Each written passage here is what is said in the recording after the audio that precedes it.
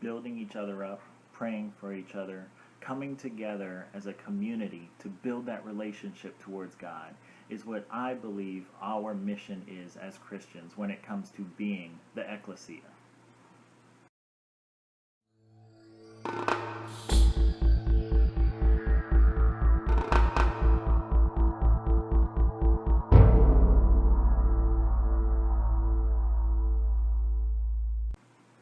Hey everyone, it's Jonathan for HananiMinistry.com. Thank you for joining me once again and checking out the blog site. I really appreciate every single one of you guys coming and visiting. I've been getting some feedback and it looks like you guys have really enjoyed this, so I'm going to continue doing it. This week I gathered together with some group of guys from church and we discussed some things of the Bible. We discussed our spiritual growths, our spiritual weaknesses, and then we spent time in prayer and reaffirmed one another and encouraged one another. As I left that Bible study, it made me realize that this is how we as the body of believers are supposed to gather. We're supposed to reaffirm one another. Reason being because we kind of pick up on the things that everyone else tells us, and we become like the people we hang out with. I looked through the Bible at some examples of that, and I came across 2 Corinthians 6:14 through 16, which is a verse that is most often used when referring to marriage relationships or dating relationships or something like that. However, if we look at it, it never does say that. It actually talks about gathering together, who we come alongside in our life. So I'm going to go ahead and read that, and I encourage you to follow along. 2 Corinthians 6:14 through 16. And it says, "Do not be unequally yoked with unbelievers. For what partnership does righteousness have with lawlessness? Or what fellowship has light with darkness? What accord has Christ with Belial? Or what portion does a believer share with an unbeliever? What agreement has the temple of God with idols? For we are the temple of the living God." Now the reason why that spoke out to me is because basically what Paul is telling the Corinthians here is that, why are you hanging out with the people in your community and becoming one with them? The Corinthians lived in a pagan society. And like the pagans, the Corinthians would gather together with them and start doing the things that they would do, etc., etc.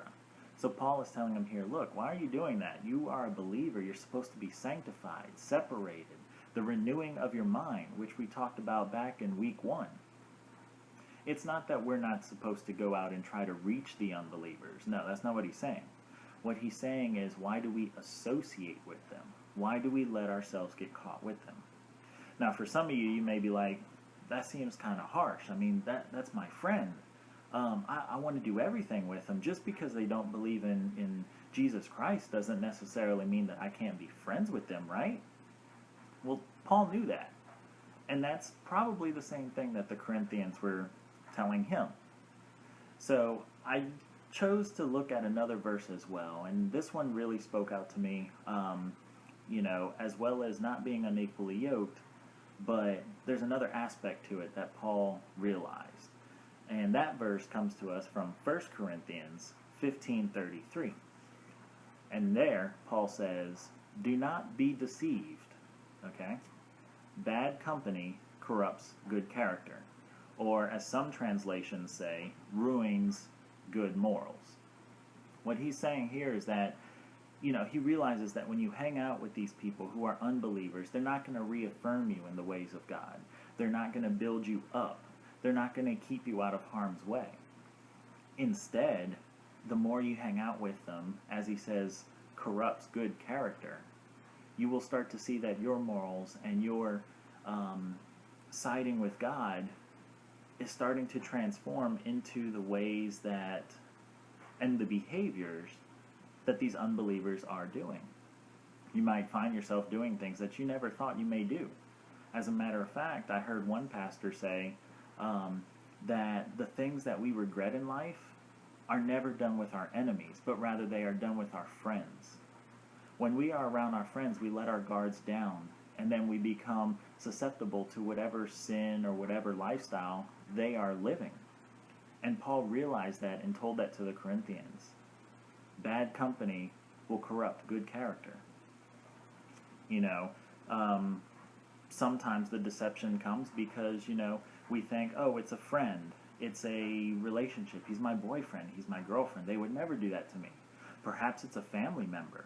Family members can lead you just as far astray as your friends do because you trust them. You let your guard down around them.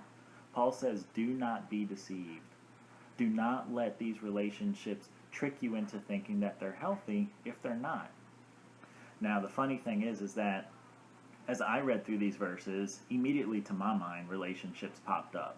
Not necessarily ones nowadays, but some in the past. For example, a personal story, just a year ago or so, I was in that exact position of being deceived. My weekends were spent drinking and hanging out with people that didn't really care for God, didn't care for the character that they exemplified to the rest of the world. They did whatever they wanted. After all, this is the one and only life, right? And I found myself doing that. And deep down inside, I knew it wasn't right. But I continued to do it because being around that bad company corrupted my good character. I'm not perfect. And neither are you guys. None of us are perfect. But that's the awesome part about Jesus Christ, is that he can bring us back to communion. Anyway, I'm going way off topic here. Back to this. Back to getting to friends and relationships and community. So, as I looked into this a little bit more, I came up with 3 ways that we can get into a better community with our friends, but then also, what are some of the characteristics that we're looking for friends? You're probably thinking, okay, Jonathan, you're saying that, bad company corrupts good morals. Fine, I'll go with you there. So what kind of relationship should I be looking for? What kind of friends should I be hanging out with? Whether it's family, regular friends from school, or the hardest thing for all of us, relationships. Special relationships, boyfriends, girlfriends, husbands, wives. What kind of relationship should I be looking for? For that, we're going to turn to Solomon and look at 3 ways that he told us to look for good friends here. The first one comes from Ecclesiastes chapter 4, verses 9 through 10. So let me turn there, and I encourage you, if you have a Bible, go ahead and turn there as well. Alright, Ecclesiastes chapter 4, verses 9 through 10. And it says, 2 are better than 1, because they have a good reward for their toil. For if they fall, one will lift up his fellow. But woe to him who is alone when he falls, and has not another to lift him back up. A true friend, a true godly friend, will be one there who is there to lift you back up, to bring you back up from whatever it is that you fell on. He's not going to be one that is going to trip you, For some of us, it may be drinking or smoking or partying or something like that. A true godly friend will recognize that spiritual struggle in us and help us get up and out of that, not push us further and further towards it, which happened to me personally. Okay? A true friend will lift us up when we get down. That's number 1. Number 2 comes from Proverbs 13:20. Everybody turn there. Proverbs 13:20.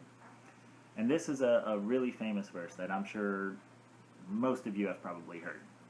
Proverbs 13:20 says, "Whoever walks with the wise becomes wise, but the companion of fools will suffer harm." Okay? A true godly friend will not want you to suffer harm. A true godly friend will not lead you down the wrong path. Okay? Here, in Proverbs 13, it actually says that a companion of fools will suffer destruction.